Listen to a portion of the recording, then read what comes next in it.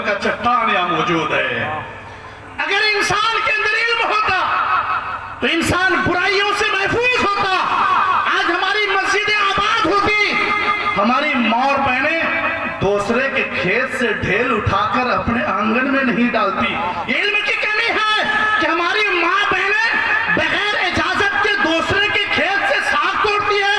پوچھا آپ نے حقوق اللہ اور حقوق العباد کسے کہتے ہیں؟ پوچھا کہ کس کا ہے؟ علم کی کمی ہے۔ اس علی کی بارگاہ میں دیکھو، حضرت جبرائیل، آپ نے نام سنا ہوگا فرشتوں کا سردار، اور جو نہیں سنا تھا وہ سن لیں، جو نوٹ کرنا چاہتے ہیں وہ نوٹ بھی کر لیں۔ فرشتوں کے سردار حضرت جبرائیل نے علی کو آزمانا چاہا اور انسانی شکل میں علی کی بارگاہ میں حاضر ہوا اور کہا، اے علی، ہم نے سنا ہے کہ تمہیں بہت علم ہے، تم بہت بڑے عالم ہو، اللہ نے تمہیں نبی کے صدقے میں بہت علم عطا کیا ہے، مگر اے علی یہ بتاؤ کہ اس وقت جبرائیل کہاں ہے اور کیا کر رہا ہے؟ اس وقت جبرائیل کہاں ہے، کیا کر رہا ہے؟ آپ بتا پائیں گے؟ آپ کے گھر والے اس وقت کیا کر رہے ہیں بتا پائیں گے؟ جب اتنا بھی علم آپ کے پاس نہیں یار، اتنا بھی شعور آپ کو نہیں، تو پھر بدگمانیاں کیوں پھیلاتے؟ میرے دوست بزرگوں، علی نے مسکرا کے جواب دیا کہ تم ہی تو جبرائیل ہو، تم ہی تو جبرائیل ہو۔ اور یاد رکھو، آج عالموں سے مفتی صاحب قبلہ تشریف رکھے ہیں اور محب گرامی عظیم المرتبہ مولانا مسعود صاحب قبلہ تشریف رکھتے ہیں۔ علماء کرام کا ٹھاٹھے مارتا ہوا مجمع ہے۔ آج کچھ لوگ علماء سے سوال کرتے ہیں اس کے علم کو آزمانے کے غرض سے، اور کچھ لوگ سوال کرتے ہیں سیکھنے کے غرض سے۔ میں اس سے پیشتر کہیں امام تھا، ایک مقتدی ہر جمعہ کتاب دیکھ دیکھ کر مسئلہ یاد کر کے آتا تھا اور پوچھتا تھا، امام صاحب ایک مسئلہ میرے سمجھ میں نہیں آتا، بتا دیجئے۔ میں نے کہا بولیے۔ مسئلہ جب پوچھتا تھا اس کے سوال کا جواب سٹھیک اس کو مل جاتا تھا، بہت خوش رہتا تھا۔ 4 سال کے بعد خوشی میں جھومنے لگا اور کہا کہ حضرت میں نے آج آپ کو امام مان لیا۔ 4 سال کے بعد کہا کہ میں نے آج آپ کو امام مانا۔ میں نے کہا اس سے پہلے جو تم نے نمازیں پڑھی، کیا اقتداء تو بحاصل امام نہیں کہتے تھے، امام نہیں مانتے تھے؟ اگر آپ نے اس سے پہلے مجھے امام تسلیم نہیں کیا ہے تو پورے 4 سال کی نمازوں کو آپ دہرا لیجیے، نہیں تو پھر امام آپ آج مان لیں۔ میرے دوست بزرگوں، تو عالموں سے آپ اگر کوئی مسئلہ پوچھیں تو سننے اور سمجھنے کے غرض سے، آزمانے کے غرض سے نہیں۔ علی کو آزمانے کے لیے ایک انسان حاضر ہوا اور کہا، اے علی میں ایک سوال پوچھنا چاہتا ہوں۔ علی ارشاد فرماتے ہیں کہ اگر تم سیکھنے کے غرض سے پوچھنا چاہتے ہو تو پوچھو، اگر آزمانے کے غرض سے پوچھنا چاہتے ہو تو مت پوچھو۔ پوچھا کہ علی میں سیکھنے کے غرض سے پوچھنا چاہتا ہوں۔ پوچھا کہ علی تم لوگ اپنے رب کی عبادت کرتے ہو، آپ لوگ بھی عبادت کرتے ہوں گے شاید، اور نہیں کرتے ہیں تو کل سے کرنے کی کوشش کیجیے۔ پوچھا علی تم لوگ اپنے رب کی عبادت کرتے ہو تو کیا اپنے رب کو دیکھے ہو؟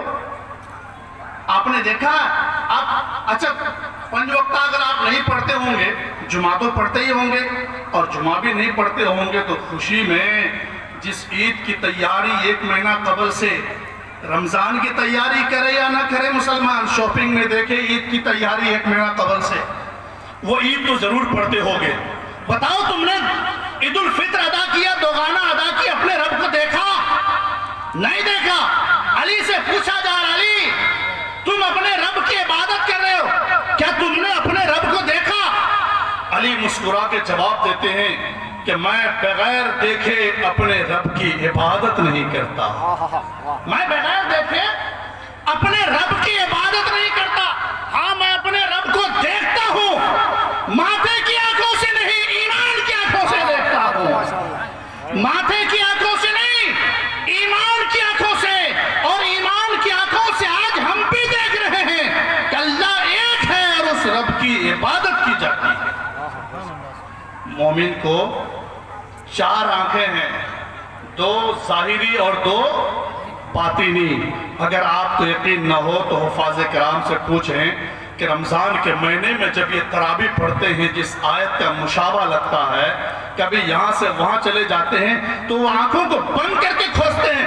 پوچھے حافظ صاحب سے کہ آپ نے کس آنکھ سے دیکھا ہو؟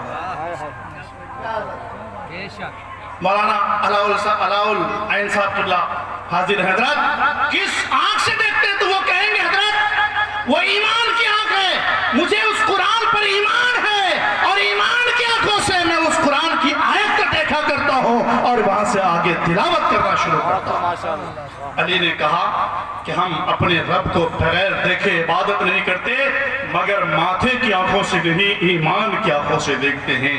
جو بھی یہ جملہ سنتا ہے وہ انسان کہتا ہے علی وقت غنیمت ہے کہ تم جس نبی کا کلمہ پڑھتے ہو مجھے بھی وہ کلمہ پڑھا کر کے اپنے مذہب میں داخل کر لو. آج آپ دوسرے کو اپنے مذہب میں داخل نہیں کر سکتے ہیں. جو اسلام آپ تک پہنچا ہے اگر اس کی حفاظت کر لیے تو بہت بڑی بات ہے. جو پہنچا ہے اتنے آسانیوں کے ساتھ نہیں پہنچا ہے. قربانیاں ہوئی ہے کربلا کے میدان میں تب یہ اسلام یہاں تک آیا ہے. آپ نے کتنوں کی قربانی کی ہے؟ آج مذہب اسلام کو بچانے کی باری آئے گی، شجر اسلام کے بقا کی باری آئے گی. آپ اپنے بچے کی قربانی دے سکتے ہیں؟ دے سکتے ہیں؟ ارے یار 10 روپے نہیں دے سکتے ہیں تو بچے کی قربانی کیا دیجیے گا؟ مولوی صاحب آ گئے دروازے میں گلی میں، بیٹے سے کہتا بیٹا جا کے کہہ دو کہ ابا گھرت نیچو آئے اللہ چندہ دینے کے ڈر سے. آپ 150 روپے مدرسے کی فروغ کے لیے دے نہیں سکتے ہیں تو اپنے بچے کی قربانی کیا پیش کیجئے گا؟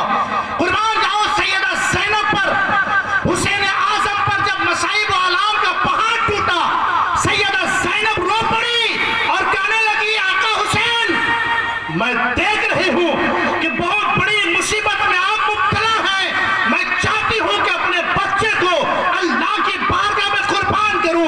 آقا حسین فرماتے بہن زینب بھائی زندہ رہتے ہوئے بہن کو بے اولاد دیکھا نہیں جا سکتا ہے، لیکن حضرت سیدہ زینب زارو قطار رونے لگی اور وہ زارو قطار جب رونے لگی تو امام علی مقام علیہ السلام امام حسین نے فرمایا بہن زینب جب تمہاری آرزویں کروٹیں لے رہی ہے ٹھیک ہے، تمہارے اشارے پر تمہارے بچے کو میں میدان کارزار میں بھیج رہا ہوں. دونوں بھانجے کو میدان کارزار میں بھیجے. خیمے حسین سے سیدہ زینب دیکھ رہی ہے کہ اس کا بچہ جام شہادت پینے والا ہے. اچانک وقت آتا ہے یزیدی حملہ ہوتا ہے، دونوں بچے جام شہادت پیتے ہیں. آقا حسین نے اپنے بھانجے کی لاش کو اٹھایا اور اپنی بہن زینب کے قدموں میں رکھا تو بہن زینب نے سر پٹک کے نہیں رویا، سینہ پھاڑ کے نہیں رویا، بال بکھر کے نہیں روئی، بہت زیادہ نہیں روئی، بلکہ اپنی پیشانی کو بارگاہ الہی میں جھکایا اور دعا کیا معبود برحق تیرا احسان عظیم ہے کہ تو نے میری قربانی کو قبول فرمایا. معبود برحق تیرا احسان ہے کہ تو نے میرے صدقے کو قبول فرمایا. سیدہ زینب نے اپنے جگر کو قربانی پیش کی ہے تب یہ اسلام یہاں تک آیا ہے. آپ کے سر پہ ٹوپی ہے، داڑھی تو ہے یا نہیں ہے میں نہیں کہہ سکتا. آج لوگ نائی کی دکان میں بیٹھتے ہیں کیا کر رہے ہو؟ حضرت داڑھی بنانے بیٹھا ہوں. کتنا شوق سے مسکرا کے جواب دیتا ہے حضرت داڑھی بنانے بیٹھا ہوں. پوچھو ان علماء سے کہ داڑھی کو کاٹنا بنانا کہتے ہیں یا پھر چھوڑنے کو بنانا کہتے ہیں؟ کس کو بنانا کہتے ہیں؟ آپ نے گھر میں کھمبا دیا ہے، کھمبا توڑنے کو بنانا کہیں گے یا کھمبا گاڑنے کو بنانا کہیں گے؟ آپ یاد رکھیں. یا پھر آپ اگر چھلانا چاہتے ہیں تو جو آپ سے پوچھے کہ یہاں کیا کر رہے ہو تو یہ کہنا کہ میں داڑھی بگاڑنے بیٹھا ہوں. اور اگر اسلام کے سچے سپاہی ہو سچ بولنا کہ میں داڑھی کو بگاڑنے بیٹھا ہوں، یا پھر اگر یہ بولنا چاہتے ہو کہ میں داڑھی بنانے بیٹھا ہوں تو اپنے چہرے پہ سنت رسول کو سجا لے. حضرات یہ مذہب اتنے آسانیوں کے ساتھ ہم تک نہیں آیا. حضرت علی کی میں بات کر رہا تھا. علی ذہن حاضر رکھیں. نماز کے لیے داخل ہو رہے تھے. کہاں نماز کہاں پڑھتے ہیں آپ لوگ؟ پڑھتے ہی نہیں تو کیا مسجد میں. کہاں نماز ہوتی ہے؟ اچھا مسجدوں میں اذان ہوتی ہے حی علی الصلاۃ، آؤ نماز کی طرف، حی علی الفلاح، آؤ کامیابی کی طرف. تو جدھر سے کامیابی کی آواز آتی ہے ادھر جانا چاہیے یا دوسری طرف جانا چاہیے؟ اور آپ جھوٹ موٹ میں دوسری طرف کامیابی کھوج رہے ہیں. ملے گی جھوٹ موٹ کی کامیابی؟ کامیابی کی آواز، کامیابی کی صدائیں جہاں سے لگتی ہے وہاں جانے کی کوشش کرو. دیکھو کامیابی ہی کامیابی ہے، ملے گی کامیابی. علی داخل ہو رہے تھے. ابن ملجم نام کا ایک ملعون میان سے تلوار نکالا، انتظار کر رہا تھا کہ علی مسجد میں داخل ہوں گے میں وار کروں گا. علی داخل ہو رہے، ابن ملجم نام کا وہ ملعون شخص علی پر وار کیا اور آپ زخم سے لرزہ برندام ہوئے، آپ زمین پر گرے. اٹھانے والوں نے آپ کو اٹھایا اور تھوڑی دیر کے بعد اس ملعون شخص کی گرفتاری ہوتی ہے. علی کی بارگاہ میں پیش کیا جاتا ہے اور کہتے ہیں علی یہی وہ انسان ہے جس نے آپ پر وار کیا. اچھا تھوڑی دیر کے لیے اگر آپ پر کسی نے وار کر دیا، آپ مت گھبرائیے، میں اتر کے آپ پر وار نہیں کروں گا. ہوشیار ہیں. کسی نے آپ پر وار کر دیا تو آپ اپنے خاندان، اپنے برادری، اپنے بھائی، اپنے بچے کو کیا کہو گے؟ مارو اس کو، جو ہوگا دیکھا جائے گا. اتنا پاور ایک وارڈ صدر جس سے قریب ہو جائے پورے وارڈ میں وہ نیڈر ہو جاتا ہے. ایک پنچایت کا مکھیا کسی سے قریب ہو جائے، کسی کی دوستی ہو جائے، پورے پنچایت میں وہ نیڈر ہو کے گھومتا ہے. ایک بدھائک سے کسی کو تعلق ہو جائے پورے بدھان سبھا میں وہ نیڈر ہو کے گھومتا ہے. ایک سانسد سے کسی کو تعلق ہو جائے پورے ڈسٹرکٹ میں وہ نیڈر ہو کے گھومتا ہے. یاد رکھو میرے دوستو بزرگوں، اللہ ارشاد فرماتا ہے وَاعْلَمُوا أَنَّ اللَّهَ مَعَ الْمُتَّقِينَ. اے لوگو اللہ متقیوں کے ساتھ ہے. تو اللہ جس کے ساتھ ہو جائے وہ پوری کائنات میں بے خوف اور خطر ہوتا ہوا نظر ہو کے تو دیکھو. آپ کہیں گے مارو اس کو، جو ہوگا دیکھا جائے گا. میری پہنچ بہت دور ہے. پتہ چلا کہ سالمانی تک بھی پہنچ نہیں ہے، پتہ یہی چلتا. مگر یاد رکھو علی کا قاتل ہے. علی کے سامنے حاضر کیا، کہا علی یہی وہ شخص ہے جس نے آپ پر وار کیا. علی کے قول و فعل پر عمل کرو. علی ارشاد فرماتے ہیں اے مجھ سے عقیدت رکھنے والوں، اس مہمان کے لیے اچھے بستر کا انتظام کرو. سبحان اللہ. علم کی بدولت داماد رسول کا نام علی ہے. جنتی نوجوانوں کے سردار کے باپ کا نام علی ہے. وہ علی کہتے ہیں اس مہمان کے لیے اچھے بستر کا انتظام کرو اور اچھا کھانا اس مہمان کے لیے پکاؤ. یہ دو جملہ بولنے کے بعد آپ کلمہ شہادت پڑھتے ہیں اور آپ کے جسم سے روح نکلتی ہے، آپ جامع شہادت پی جاتے ہیں. میرے دوست بزرگوں، ہم اور آپ جب تک علماء کی صحبت اختیار نہیں کریں گے تب تک ہمیں کوئی چیز سمجھ میں نہیں آئے گا. آج کسی کسان کے ساتھ آپ گھومیں گے آپ کو پتا چلے گا کہ 1 بیگھہ مکئی میں کیا کیا لگتا ہے. کسی نیتا کے ساتھ گھومیں گے آپ کو پتا چلے گا کہ پنچایت کو کس انداز میں جوتا جاتا ہے. آپ ایک ڈاکٹر کے ساتھ گھومیں گے تو آپ کو پتا چل جائے گا تھوڑی دن کے بعد کہ پیراسیٹامول کہاں استعمال کیا جاتا ہے، سیفیکسین کہاں استعمال کیا جاتا ہے، سیفوڈوکسن کہاں استعمال کیا جاتا ہے، کون کون سی دوائیاں کہاں کہاں استعمال کی جاتی ہے. آپ درود پاک پڑھ لیجئے اللہم صلی علی سیدنا مولانا محمد بارک وسلم. صلو علیہ صلاۃ و سلام علیکہ یا حبیبی یا ہاشمی یا مکی یا مدنی وامددنی فی قضائی حاجتی یا رسول اللہ صلی اللہ علیہ وآلہ وسلم. سب کی نگاہیں میرے طرف، سب کی نگاہیں میرے طرف. اس اندھیرے میں بھی میں خوبصورت ہوں اس لیے کہ اللہ اور اس کے رسول اور اس کے نیک بندوں کا ذکر کر رہا ہوں. میں عرض کر رہا تھا کہ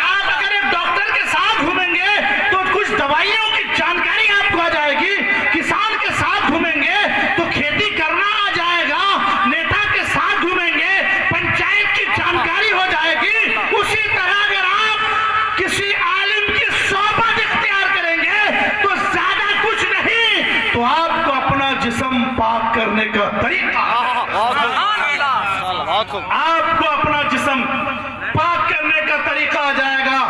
میں جانتا ہوں ہمارے سماج کے لوگوں کو 80% لوگ ایسے ہیں جو اپنے ناپاک جسم کو پاک کرنے کا طریقہ نہیں پتا ہے. 80% لوگ ایسے ہیں, چاہے میری ماں بہنیں ہو یا ہمارے اسلامی بھائی ہو, ایسے لوگ ہیں جس کو اپنے جسم کو پاک کرنے کا طریقہ نہیں. علماء حاضر ہے, اگر آپ کو فرائض غسل یاد نہیں ہے اور طریقہ غسل یاد نہیں ہے, زندگی بھر دریا میں ڈوب کے رہو, سر اٹھانے کی بات نہیں ہے, ڈوب کے رہو گے تب بھی پاک نہیں ہوگے. تو یہ پاکی حاصل کرنے کا طریقہ کون بتائے گا؟ علماء بتائیں گے. چائے اور پان کی دکان میں علماء کی شان میں گستاخی کرو گے تو علماء بتائیں گے.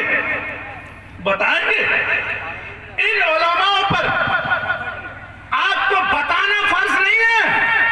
ان علماء کی قربت حاصل کر کے آپ کو علم سیکھنا فرض ہے. آپ کہتے ہیں مولوی صاحب بتاتے نہیں, مولوی صاحب پر بتانا فرض نہیں ہے, آپ کو سیکھنا فرض ہے. آپ کم سے کم اپنے فرض کو ادا کریں, اپنے فرض کو ادا کریں. جب اپنے فرض کو ادا کریں گے تو ہی پھر آپ اپنے سنن کی جانب جائیں گے یا پھر مستحب طریقوں پر جائیں گے. لیکن آج ضروری چیزوں پر لوگ دھیان نہیں دیتے.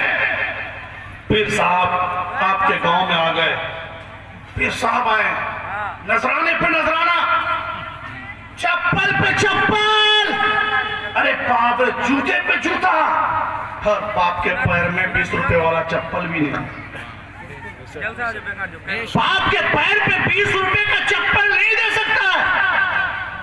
اجمیر شریف جا کے رجب کا مہینہ ہے, 10,000 کی چادر چڑھا سکتا ہے, مگر اپنی ماں کے جسم کو ڈھانکنے کے لیے ایک بہتر کپڑا نہیں دے سکتا ہے. اور کچھ لوگ جس کو اپنی دولت پر غرور ہے, میں اسے سب سے بڑا کمزور سمجھتا ہوں اور سب سے بڑا بخیل سمجھتا ہوں, جو دولت والا ہونے کے باوجود بھی اپنی بیوی کے جسم کو کپڑے سے ڈھانک نہیں سکتا ہے. وہ سب سے بڑا بھکاری ہے. وہ سوچتا ہے کہ ہم اپنی بیوی کو چھوٹا چھوٹا کپڑا پہنائیں گے, میری بیوی چربی دار پیڑ دوسروں کو دکھائے گی, بازار میں نمائش کرائے گی, ہمیں دنیا اچھا کہے گی. اللہ اور اس کے رسول کی لعنت ہوتی ہے ایسے لوگوں پر, اور جس پر اللہ اور اس کے رسول کی لعنت ہوتی ہے پھر اس کے گھر میں برکت کہاں سے ہو سکتی ہے؟ اللہ نے اگر دولت دیا ہے, اپنے گھر کی عورتوں کو اتنا بڑا کپڑا ضرور پہناؤ کہ اس کا جسم ڈھک سکے, اس کا جسم ڈھک سکے. اور اتنا باریک کپڑا مت پہناؤ جو باہر سے اس کا جسم نظر آئے, اور اتنا چست کپڑا بھی مت پہناؤ جس کا جسم مکمل طور پر نظر آئے اور بازار میں لوگ نمائش کرتے ہیں. عرس کے موقع پر, قوالی کے موقع پر, شادی کے موقع پر اور دیگر مارکیٹوں میں ہمارے گھر کی عورتیں, میری ماں بہن بیٹیاں بازاروں میں گھوما کرتی ہے. یاد ہے آپ کو میرے دوست بزرگوں کہ وہ جتنا سج دھج کر بازاروں میں عورتیں گھوما کرتی ہے, میرا ضمیر کہتا ہے کہ اگر ہر عورت اتنا سج دھج کر اپنے شوہر کے سامنے جائے, قسم خدا کی وہ عورت جنتی ہوتی ہے. مگر اپنے شوہر کے سامنے پھیلا پھٹے ہوئے لباس میں شوہر دن بھر کام کر کے آئے گا تو اس کا استقبال بھی نہیں کر سکتی ہے. اس کو چاہیے کہ آئے ہوئے شوہر کا وہ استقبال کرے, اس کے لیے پانی کا انتظام کریے, اور اگر گرمی کا موسم ہے تو پنکھے کا انتظام کرے. نہیں, نافرمان ہے. اپنی بیوی کو اپنے شوہر کے پاس پھٹے پرانے اور گھر کا جو سب سے زیادہ میلا کچلا کپڑا ہوگا حضرت, اسی کو پہن کر تو میں اللہ نے زینت بنایا ہے. تم زینت ہو کس کے لیے؟ صرف اپنے شوہر کے لیے، دوسروں کے لیے تمہیں زینت نہیں بنایا گیا ہے، مگر تم مارکیٹوں میں اور شادیوں کے موقع پر دوسروں کو اپنے چہرے کی نمائش کراتی ہوئی نظر آتی ہو۔ اور شادیوں میں میں نے خاص طور پر سنا ہے کہ جب شادی کے دن، بارات والے دن، نکاح کے بعد، آپ لوگوں کا نکاح ہوا؟ ایمانداری سے بتائیے گا، جس کا نہیں ہوا ہم دعا کر دیں گے انشاءاللہ، جس کا ہوا ایمانداری سے بتائیے گا۔ سب ہو گیا؟ سبحان اللہ۔ آپ کا ایک چیز اور ہونا باقی ہے، انشاءاللہ آج ہو جائے۔ کیا نام آپ؟ MD مقصود جھولا بھائی۔ ماشاءاللہ۔ بہت تیز بولتا ہوں نا۔ جی حضرات، میں نے دیکھا کہ نکاح کے بعد جب اس دولہا کو کہاں لے جاتا؟ آنگن میں۔ آپ لوگ گئے ہوں گے، اور جو نہیں گئے ہیں وہ جانے کی تمنا پہناتے صوفہ صوفی کے تحت آنگن میں، اور اسے بیچ آنگن میں بڑی شان و شوکت کے ساتھ اس داماد کو کرسی پر بٹھاتا ہے، اور تمام عورتیں، لڑکیاں بن سور کر اپنے حسن کا اظہار کرتی ہے، اور اس شادی میں آئے ہوئے باراتی جو دولہا کے ساتھ آنگن میں آتے ہیں اس کو نمائش کراتی ہے۔ کیا یہ آپ کی شریعت اجازت دیتی ہے؟ آپ مسلمان ہو، اسلام جیسا مذہب اللہ نے عطا کیا ہے، آپ وہ نمائش کراتی ہوئی نظر آتی ہو، اور مذاقیں بھی لوگ کرتے ہیں۔ اللہ تعالیٰ ایسی چیزوں سے ہمیں اور آپ کو محفوظ رکھے۔ اور اس دلہا کے ہاتھ میں ایک انگوٹھی پہنائی جاتی ہے، اور سب سے آگے اس کی ساس آتی ہے۔ میں نے سنا ہے کہ اس کی ساس آتی ہے اور اس دلہا کے ہاتھ میں سونے کی انگوٹھی ٹھوستی ہے، اور وہ داماد بھی منہ پھیلا کے بیٹھا ہے۔ کتنا بھری کا سونا کا انگوٹھی دے گی میری ساس؟ ابے کما کے جمع دیا ہے کیا سسرال کو؟ جمع رکھا ہے؟ جو داماد سسرال ڈیمانڈ کر کے شادی کرتا ہے اور شادی کے بعد پھر وہ سسرال جاتا ہے تو اسے چور دروازے سے جانا پڑتا ہے، وہ چور دروازے سے داخل ہوتا ہے۔ اور جو بغیر ڈیمانڈ کے شادی کرتا ہے اور شادی کے بعد جب وہ داماد سسرال جاتا ہے تو سینہ تان کے جاتا ہے، شان و شوکت سے سسرال جاتا ہے۔ اس داماد کے ہاتھ میں انگوٹھی پھنساتا ہے۔ میں مسئلہ بیان کرنا چاہتا ہوں کہ سونا پہننا مردوں کے لیے حرام ہے، مردوں کے لیے حرام ہے۔ اب وہ دلہا اپنے ہاتھ میں انگوٹھی پھنسانے دیتا ہے اور ساس انگوٹھی پہناتی ہے، تو اس مردوں کے لیے سونا پہننا جب حرام ہے تو تم اپنی شادی میں حرام کام کیوں کر رہے بھائی؟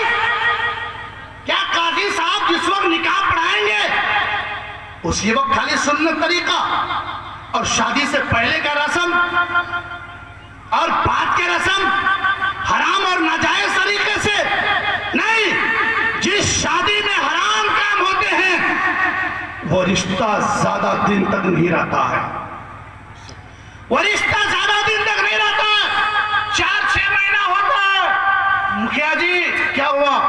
میری بیٹی کی شادی ہوئی تھی، داماد بہت مرتا ہے، جانا ہوگا پنچتی کرے۔ سنا ہے آپ نے جس شادی کو سنت رسول کے مطابق کی جاتی ہے، قسم خدا کی اس شادی میں برکتیں اور رحمتیں نازل ہوتی ہے۔ اللہ اس دلہا اور دلہن کے بیچ میں آدم اور حوا جیسی محبت عطا فرماتا ہے، مگر وہ چیز تو ہے نہیں، وہ چیز ہے نہیں۔ اور شادیوں میں لوگ